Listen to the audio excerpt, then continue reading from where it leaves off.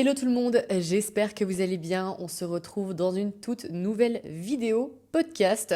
Ça veut dire que si vous souhaitez avoir des images de cette vidéo, car il y en aura, je vous inviterai à regarder cette vidéo sur la plateforme YouTube. Et si vous l'écoutez en mode podcast, vous l'écoutez où vous voulez, hein, elle est disponible sur n'importe quelle plateforme d'écoute. Donc voilà. Aujourd'hui, on va parler d'une vidéo un petit peu spéciale pour moi. C'est une partie de mon histoire, donc c'est une toute petite partie, mais je vais vous parler de pourquoi j'ai arrêté les compétitions de bodybuilding. Il y a peut-être des personnes qui me suivent depuis plusieurs années, mais pour celles et ceux qui ne le savent pas, j'ai fait des compétitions en 2019 et en 2021, et ça va faire plus de 3 ans que j'ai arrêté maintenant cette discipline sportive. Et j'ai envie aujourd'hui de vous expliquer pourquoi, et puis qu'est-ce que cette discipline sportive m'a apporté. Dans cette vidéo, on va parler complexe, dysmorphophobie, troubles du comportement alimentaire, orthorexie, toutes ces petites choses en fait qui sont venues un petit peu perturber ma vie à un moment donné, et j'avais vraiment à cœur de pouvoir les partager avec vous parce que je pense que ça peut aider énormément de personnes, hein. Faut savoir que le bodybuilding, ça pourrait être comparé à un régime restrictif que l'on suivrait pendant plusieurs mois ou années, même pour certains, et ça peut faire de très très gros dégâts, que ce soit mental ou physique. Et j'avais simplement en fait envie de vous partager mon expérience aujourd'hui. Petit disclaimer, cette vidéo n'est pas du tout pour critiquer ce sport parce que faut qu'on se le dise, à un moment donné ça m'a fait entre guillemets du bien dans ma vie. J'ai apprécié vivre ces expériences même si ça m'a quand même laissé quelques séquelles, mais c'est vrai que s'il y a une phrase qui va résonner très très fort ici, c'est faites-le pour les bonnes raisons. Si vous avez un jour envie de vous lancer dans une compétition, ne faites pas comme moi et je vais vous expliquer pourquoi. Donc avant de commencer ce podcast, avant de commencer cette vidéo, n'hésitez pas à vous abonner, à me mettre un petit like ou à venir échanger en commentaire, hein. C'est toujours un plaisir pour moi de vous lire et de vous répondre. La semaine prochaine, je m'en vais pour mon deuxième Half Ironman. Je pense qu'il y aura très certainement une seconde vidéo, tout comme j'avais fait pour la première, parce que je vois qu'elle vous a fait kiffer. Donc encore merci pour l'engouement qu'il y a eu autour de ce défi. Merci pour vos mots, ça m'a fait super plaisir. Et sans plus attendre, on va démarrer avec cette vidéo. Pourquoi j'ai arrêté les compétitions de bodybuilding. Donc, je vais essayer de vous raconter ça un petit peu comme une petite histoire assez simple. Alors, cette histoire, elle commence fin 2017. C'était un petit peu le chaos dans ma vie personnelle. J'aime bien appeler ça les piliers fondamentaux. Donc, il y a vraiment des piliers dans nos vies. Ça peut être notre travail, nos relations, notre famille, nos passions, enfin peu importe. Ces choses-là, en fait, qui sont hyper importantes pour nous puis qui prennent beaucoup de temps. Moi, dans ma vie, actuellement, c'est vraiment le chaos. Il n'y a rien qui va. Au niveau du job, ça va pas. Au niveau de mes relations, ça va pas. Et surtout, ça ne va pas du tout également avec ma relation avec moi-même. Parfois, il y a des moments dans une vie où on se retrouve au fond du trou et puis en fait, on essaye de chercher un moyen d'en sortir. Et moi, je pense que le sport, à ce moment-là, ça a vraiment été mon refuge, ça a été un exutoire et ça m'a fait énormément de bien. Donc en octobre 2017, je prends mon premier abonnement dans un fitness. Je m'y inscris et en fait, j'y prends rapidement goût. Ça veut dire que je vais tous les jours de la semaine, voire parfois même 2 fois par jour. Il faut savoir qu'à ce moment-là, je suis en arrêt de travail parce que je suis en plein burn-out. Donc j'ai du temps, entre guillemets, à consacrer à ma personne pour moi.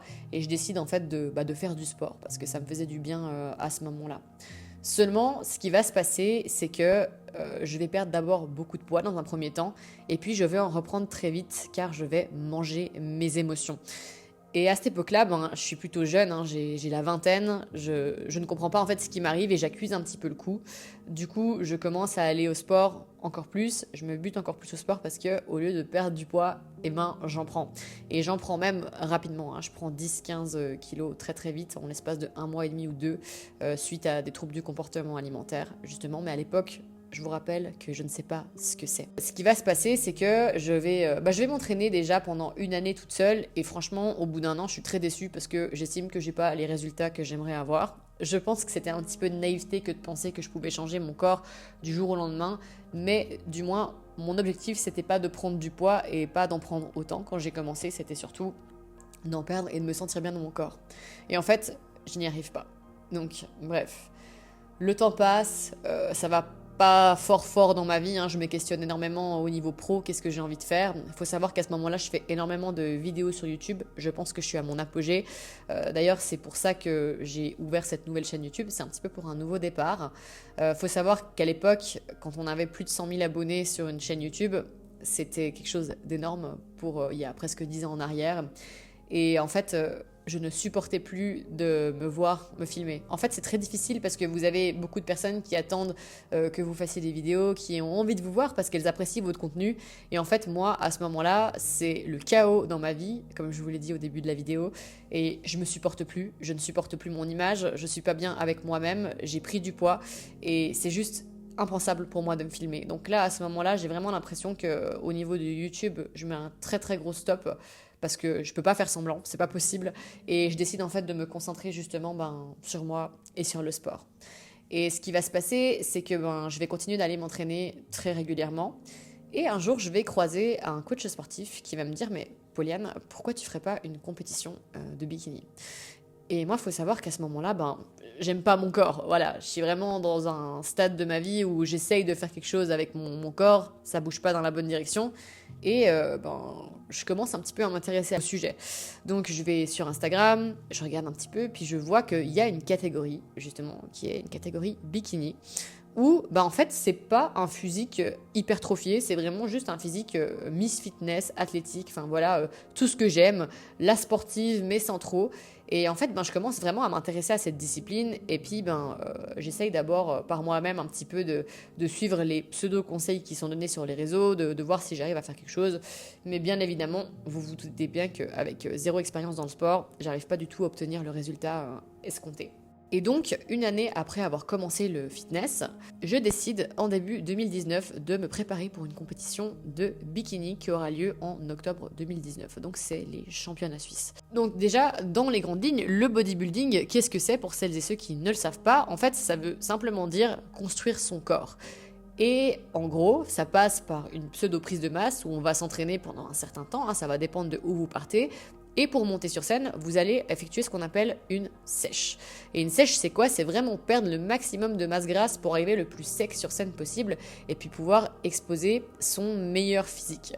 C'est rigolo parce que je me dis que moi, aujourd'hui, avec la vision que j'ai du sport, vous allez voir qu'elle a énormément évolué, mais je pense que vraiment mon mal-être et mon manque de confiance en moi étaient vraiment tellement forts à ce moment-là que j'espérais peut-être au travers juste d'une enveloppe corporelle, d'un physique que j'estimais fort et puissant, renvoyer l'image de quelqu'un qui avait confiance en soi. Seulement, la confiance en soi, c'est quelque chose qui s'incarne, c'est quelque chose qu'on a au fond de nous et c'est pas uniquement une question de physique. Il y a énormément de femmes et d'hommes qui ont de superbes physiques mais qui pour autant n'ont pas confiance en eux. D'ailleurs, pendant cette période-là, pendant cette année de préparation physique, je vais faire la rencontre de plusieurs petites pathologies, si on peut dire ça comme ça. Donc déjà, dans un premier temps, je vais développer un comportement orthorexique. Un comportement orthorexique, c'est quoi? Ça veut dire que tout ce qui sort de votre diète, par exemple, riz, poisson, épinards, tout ce qui sort de ce que vous estimez sain, potentiellement, ça va vous faire grossir. Seulement, en vérité, il n'y a pas un aliment qui va vous faire grossir ou maigrir. C'est vraiment une histoire de balance calorique. Mais moi, à l'époque, j'ai zéro connaissance et je commence en fait à diaboliser tout ce qui va sortir de mon plan alimentaire. Et en fait, c'est terrible de vivre comme ça. J'ai connu un énorme isolement social. Je refusais d'aller au repas de famille, je refusais de sortir avec des amis, ou alors je me déplaçais avec mes tupperwares.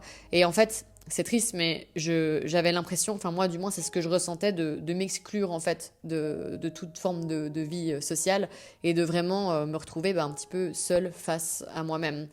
Faut savoir que moi, à l'époque, je suis un enfant, j'ai été diagnostiquée très très tôt, enfant dyslexique, dyscalculique, et j'ai toujours eu l'impression que j'avais plus de difficultés que les autres, qu'il fallait que je travaille plus que les autres pour y arriver.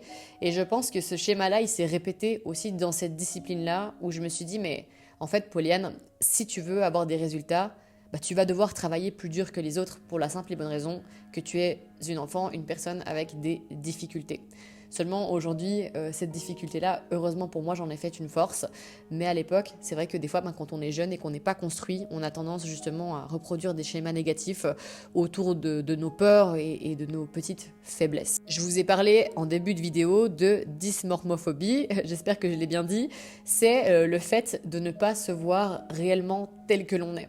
Donc il faut savoir que moi, j'ai atteint le poids de 44 kilos sur scène, et malgré le fait que je faisais 44 kilos, je mesure à peu près 1m57, 1m58, donc c'est pour que vous puissiez juste un petit peu imaginer mon rapport poids-taille, je n'arrivais pas à me voir telle que j'étais. Dites-vous que j'avais les fameux abdos, j'avais le fameux six-pack, j'avais le fameux physique dont j'avais rêvé toute ma vie, et pour autant j'étais incapable de me voir réellement telle que j'étais. Et je pense que ça émane aussi énormément de la confiance en soi et puis de l'image en fait qu'on a de soi, de la valeur que l'on se donne. Et j'ai vraiment l'impression qu'à ce moment-là de ma vie, j'étais vraiment incapable de me voir telle que j'étais. Je vous ai parlé de ça au tout début, mais c'est important de faire les choses pour une bonne raison. Je pense qu'il y a des personnes pour qui ce genre de compétition, ça passe très bien, parce que déjà, ils n'ont pas un rapport malsain avec leur corps, avec leur image. Ils n'ont peut-être pas un rapport malsain avec la nourriture non plus. Mais moi, les 3 choses qui émanaient le plus de cette expérience que j'ai pu vivre, c'est que j'avais besoin de me prouver que j'étais capable, et non seulement à moi-même, mais aussi aux autres. Et puis, comme j'aime bien le dire, ça sert à rien de faire les choses pour les autres, parce que vous tiendrez jamais sur du long terme. Et surtout, quand on part dans ce genre de discipline-là, on peut se faire très très mal au corps et à l'esprit. J'avais aussi un immense manque de confiance en moi. Je pense que j'avais ce besoin de gagner confiance en moi au travers de cette expérience. C'est pas cette expérience-là qui m'a donné confiance en moi, c'est plein d'autres choses que je fais dans ma vie aujourd'hui, mais je pense que ça fait partie du chemin. Et le chemin, il n'a pas besoin d'être parfait, de nouveau. C'est bien de tenter, c'est bien d'expérimenter. Après, vous allez voir que ça dépend où vous mettez vos limites aussi dans l'expérimentation. Vraiment, je pense que quelque chose qui a été très très important pour moi, et là ça va un petit peu dans plus du perso, c'est vrai que c'est pas forcément quelque chose que j'aborde sur mes réseaux sociaux, mais je pense que j'avais besoin de me sentir forte. Il faut savoir qu'à l'époque je parle de chaos dans ma vie, mais je sors d'une relation de 6 ans, et surtout je subissais du harcèlement sexuel dans mon travail. Et je pense que quand on vit ce genre d'expérience-là très très jeune, c'est des choses qui vous marquent et c'est des choses qui vous blessent. Et vous avez, je pense, besoin de vous construire une carapace. Vous avez besoin de vous construire une armure qui va vous rendre fort. Aujourd'hui, j'ai fait la paix avec ce passé-là, donc rassurez-vous, je vais très très bien. Mais c'est vrai qu'il a fallu sortir de ça et je pense que chacun est libre de prendre le chemin qu'il veut. Moi, j'ai décidé d'emprunter le chemin du sport et du dépassement de soi. Aujourd'hui, j'en ai fait une force et je suis très fière d'être sortie de ça. En fait, au final, l'amour de soi, ça doit vraiment venir de l'intérieur et du plus profond de vos tripes. Parce que, comme je vous l'ai dit, j'ai eu ce physique-là. Je suis montée sur scène. J'ai même gagné cette compétition. J'ai encore gagné les championnats suisses dans ma catégorie. Et pour autant, c'était pas suffisant pour moi. C'était pas assez. Il y a quelques temps en arrière, j'avais fait un podcast avec Eric Flag, donc si tu passes par là, salut. Et on avait parlé justement de ces compétitions que malheureusement j'avais gagnées. Donc vous me direz, mais non, mais c'est hyper cool de gagner une compétition. Mais moi en fait, le problème c'est que ça m'a poussé dans mon délire. Je pense qu'à ce moment-là, j'avais pas une situation stable au niveau de mon travail, au niveau de ma vie privée, et j'ai pris ça en fait comme une vocation. Je me suis dit, waouh, t'as trouvé ta mission de vie, t'as trouvé le truc pour lequel tu es faite, donc vas-y, let's go. T'envoies tout. Et le problème, c'est qu'en fait, après ces compétitions-là, moi, j'ai continué de me sous-alimenter et on m'a demandé dans une FAQ sur Instagram si mon corps avait eu des séquelles. Bien évidemment que j'en ai eu parce que j'ai perdu énormément de poids. Et en fait, un jour, j'ai littéralement pété un plomb. Et puis, j'avais jamais de sensation de satiété. J'engloutissais tout ce que je trouvais. Et je vous ai parlé au tout début du comparatif compétition de bikini et régime restrictif, parce que c'est clairement ça. Il y a beaucoup de personnes qui viennent me voir qui, par exemple, suivent des régimes restrictifs durant des années et puis qui, en fait, après, ont leur métabolisme fusillé. Et moi, c'était clairement mon cas. J'avais vraiment l'impression qu'à chaque fois que je mangeais des choses différentes de ma diète, donc ça pouvait être du sucre, ça pouvait être un restaurant, ça pouvait être une glace, peu importe, j'avais l'impression que je grossissais instantanément. Et moi, je suis persuadée maintenant avec le temps que notre schéma de pensée, le comment on pense en fait, c'est aussi ce qui va créer nos actions. Et si on n'a pas un rapport sain avec la nourriture, on risque de diaboliser la nourriture. Et comme c'est quelque chose d'interdit, mais que malheureusement on en a besoin pour vivre, le corps va toujours vous réclamer en excès ce que vous ne le donnez pas. Ça veut dire que si vous ne lui donnez pas suffisamment de féculents, de glucides, il va vous réclamer du sucre à outrance. Si vous ne mangez pas suffisamment de masse grasse, il va vous réclamer des masses grasses à outrance. Tout ce que vous ne lui donnez pas, il va vous le réclamer. J'aime bien utiliser cet exemple, mais imaginez, vous partez à Disney entre potes, vous mangez pendant 3-4 jours que des aliments hyper riches, hyper sucrés. Quand vous rentrez chez vous le soir, la seule chose que vous allez avoir envie de manger, c'est une bonne salade avec, je sais pas, un morceau de poulet, parce que votre corps, il va vous réclamer des fibres, des vitamines, des protéines, ce que vous lui aurez peut-être pas forcément donné durant ce week-end. Donc votre corps, il est très intelligent et il sait s'autoréguler tout seul. Seulement quand on a des problèmes alimentaires, des troubles du comportement alimentaire, quand on a peur de grossir, quand on a peur de manger, c'est vrai qu'on va développer des comportements qui seront hyper toxiques.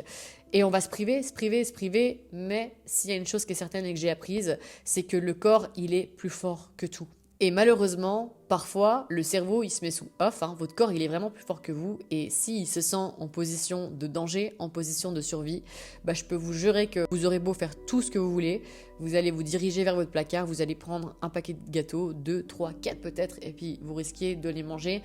Et malheureusement, quand on a des problèmes comme ça, nos hormones de satiété et de faim, la gréline et la leptine, vont être complètement déréglées. Ce qui fait qu'en fait, vous n'allez jamais trouver cette sensation de satiété. Et que cette sensation-là, elle va arriver quand vraiment vous aurez le bide qui va exploser. Et là, va entraîner en général une culpabilité extrême qui fait qu'en fait, c'est le serpent qui se prend la queue. Et on se retrouve tout le temps à refaire tout le temps les mêmes actions parce que quand on a craqué aussi fort que ça, en fait, on se dit que c'est foutu, en fait. Foutu. Donc, on va se priver, on va compenser. Donc, certaines personnes feront du sport à outrance, comme moi j'ai pu le faire. D'autres se priveront, ça je l'ai fait aussi. Mais en fait, au final, votre corps, il aura toujours le dernier mot et ça recommence, et ça recommence, et ça recommence. Et en fait, si j'ai eu besoin d'arrêter ces compétitions, c'est aussi pour sortir de ça. Je fais partie des personnes qui pensent que pour attirer quelque chose de nouveau à soi, il faut faire des choses qu'on n'a jamais faites. Et pour moi, quitter cet univers-là, c'était difficile parce que ça représentait mon identité. Mais je me suis dit aussi quel exemple j'ai envie d'être pour les femmes que je coach, pour les gens qui me suivent sur les réseaux sociaux. Et je me suis dit que j'avais plus envie d'être cet exemple hyper rigide, ultra discipliné, qui ne se laisse absolument aucun écart, aucun plaisir, juste pour l'objectif de monter une fois sur scène comme ça. Et c'est vrai que ça m'a demandé beaucoup de courage et puis de réflexion personnelle pour pouvoir me dire, mais en fait, aujourd'hui, ça ne me rend plus heureuse et ça ne m'épanouit plus. Et cette réalité-là, elle m'a peut-être définie à un certain moment donné, mais aujourd'hui, j'ai plus envie qu'elle me définisse, cette réalité-là. Et après, il m'a fallu peut-être une bonne année de guérison où j'ai dû faire la paix avec moi-même. Ça veut dire que j'ai dû revoir ma manière de faire du sport. Je le fais parce que ça me fait du bien, parce que ça me fait plaisir et puis parce que je me sens bien dans mon corps quand je le fais. Et je le fais pas exclusivement pour sécher ou perdre du poids. Pareil avec ma manière de m'alimenter, j'ai aussi dû à un moment donné me dire je mange pour me nourrir parce que ça me fait plaisir, mais je ne mange pas exclusivement pour perdre du poids ou pour faire quelconque sèche. Et en fait, c'est super long parce qu'il faut savoir qu'on a une espèce de conversation interne H24 avec soi-même. Et si cette conversation interne elle est négative et que vous êtes sans arrêt en train de vous dire la nourriture ça fait grossir, manger c'est mal, et puis si je mange ça, il va se passer ci, et puis si je me comporte comme ça, il va se passer ça. Et en fait, il faut vraiment réussir à venir apaiser son ego et entretenir un discours interne qui sera complètement différent et qui va être un discours d'abondance et d'amour envers soi-même et pas forcément un discours de peur et de manque comme j'ai pu l'être dans le passé. J'aimerais rajouter une petite parenthèse supplémentaire par rapport à ces compétitions, par rapport à ce que j'ai vécu. Je pense que j'ai aussi eu énormément de peine à sortir de ça parce que comme vous le savez, j'ai quand même une communauté importante sur les réseaux sociaux. Et c'est vrai que quand vous réussissez un exploit, quand vous réussissez quelque chose, d'ailleurs je l'ai vu avec ma vidéo du triathlon, j'ai reçu énormément de commentaires positifs et bienveillants. Et c'est vrai que j'avais de la chance, entre guillemets, à ce moment-là, d'avoir une communauté qui me soutenait. Mais malheureusement, ça me poussait encore plus dans mon délire d'en vouloir toujours plus, de vouloir aller toujours plus loin. Et c'est vrai qu'à un moment donné, je me suis dit, mais en fait, je crois que je suis plus en accord avec les valeurs de ce sport. Ça me représente plus moi. Et je pense que quand on va à l'encontre de qui on est, on peut pas être soi-même. Et d'office, on peut pas forcément être heureux et pleinement épanoui. Donc ça m'a demandé aussi énormément de lâcher prise par rapport à ça, d'oser partir, d'oser quitter ça, puis de me dire, je recommence tout à zéro et on verra bien ce que ça donne. Et comme je vous l'ai dit juste avant, il m'a fallu à peu près, je pense, une bonne année de guérison où j'ai dû me retrouver avec moi-même, me consacrer à d'autres objectifs. Là, je me suis pas mal concentrée sur le pro. Et petit à petit, en fait, ce petit truc de compétition, ça m'a quand même manqué. Parce que je pense que je suis quelqu'un comme ça, j'aime me challenger, j'aime sortir de ma zone de confort. C'est quelque chose qui me plaît énormément. Et je me suis dit, mais vas-y, Pauliane, et si on trouvait un nouveau sport? Et si on trouvait quelque chose de différent? Et ce qui s'est passé, c'est que j'avais un rituel un petit peu malsain, je dirais. C'était que tous les matins, j'allais m'entraîner à la salle de sport à 5 heures. Donc je me levais très tôt, discipline oblige, allez, on fait un petit peu David Goggins, comme on dit. Puis on va à la salle tout le matin, on se bute au sport, comme ça, on a bien commencé la journée. Et en fait, je me rendais pas compte que quand j'étais dans cette réalité-là, la première chose que je faisais dès le matin, le premier discours que je nourrissais avec moi-même, c'était « Ah, t'es pas assez sèche, et puis t'es trop comme ci, et puis t'es trop comme ça, et puis ton corps, ça va pas. » Et en fait, un jour, j'en ai eu carrément marre, et j'ai envoyé péter tout ça. J'ai décidé d'arrêter de me lever à 5 heures du matin, et de favoriser ma récupération, déjà parce que je pense que j'avais besoin de dormir. C'est vrai que j'avais eu un sommeil qui était pas très réparateur ces dernières années, et j'ai pris le temps de dormir comme il faut. Donc j'ai fait de mon sommeil un pilier fondamental. Et un jour, ce qui s'est passé, c'est que je suis allée à la montagne. Donc j'ai marché tout en haut d'un sommet. Et en fait, quand je suis arrivée en haut de ce sommet, c'était beau, c'était calme, c'était paisible. Et je me suis dit, mais c'est fou, je suis montée là-haut et ça m'a même pas demandé trop d'efforts en fait. C'était juste incroyable. Et vous savez quoi? Là, pour la première fois, je crois que je me suis sentie forte. Je me suis sentie bien, je me suis sentie en santé. Et ce sentiment-là, il s'est encore amplifié quand je suis partie, quand je suis redescendue de ce sommet. J'ai commencé à courir et en fait, je me suis dit, mais waouh, cette sensation, ce sentiment de liberté-là, mais en fait, c'est ce que je veux vivre, c'est ce que je veux ressentir.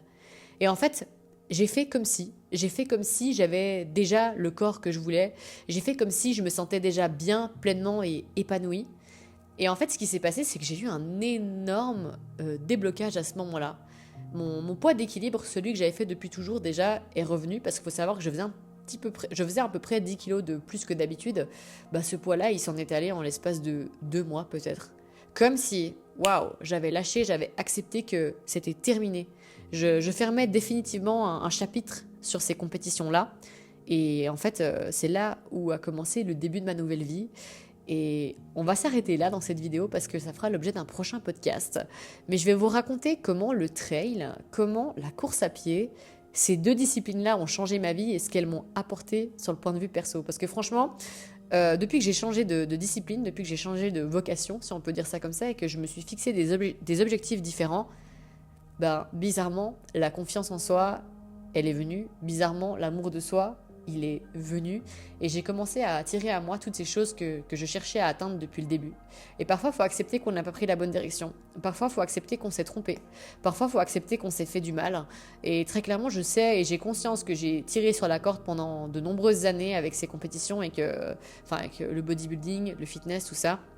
J'ai conscience que j'ai tiré sur la corde pendant un long moment et que j'ai fait du mal à mon corps et j'ai dû accepter d'avoir une dette à payer, entre guillemets, de devoir réapprendre à me sentir bien et surtout que mon corps me refasse confiance. Parce que c'est un truc qui est certain, les amis, c'est que le corps, il a une mémoire et le corps, c'est un outil tellement puissant et le jour où on arrive vraiment à être connecté pleinement à soi, je peux vous assurer qu'il se passe des choses incroyables. Et j'ai très très envie de vous raconter ça dans un prochain épisode de podcast. D'ailleurs, j'ai même pensé en faire un sur le Tour des Dents du Midi, une course de 60 km que j'ai faite l'année dernière. Je pense, en toute honnêteté, que ça a été le défi sportif le plus difficile de ma vie. Et j'ai trop envie de partager ça avec vous. Parce que franchement, il y a eu pas mal d'anecdotes sur cette course-là. Et je peux vous assurer que c'était même carrément plus difficile que le half triathlon que j'ai fait il y a un mois. Donc je pense, et ça serait pas étonnant que l'année prochaine, vous me retrouviez sur un ultra. C'est quelque chose qui m'appelle, je crois. Donc on verra. Comme je vous le dis, souvent je lance des petites idées comme ça. Et c'est vrai que souvent je le fais quand même. Donc on verra comment le corps évolue, on verra comment la tête, l'esprit évolue aussi, mais j'ai trop hâte de partager cette aventure avec vous. En tout cas, j'espère que cette vidéo vous aura plu. N'hésitez pas, si vous le souhaitez, à me poser vos questions en commentaire, ça me ferait super plaisir d'y répondre, à vous abonner, à me lâcher un petit like ou à me mettre une note si vous écoutez cette vidéo sur une plateforme de podcast. Et puis, on se dit à la prochaine dans une prochaine vidéo. C'était Ose Podcast, la chaîne où on parle de développement personnel et de dépassement de soi.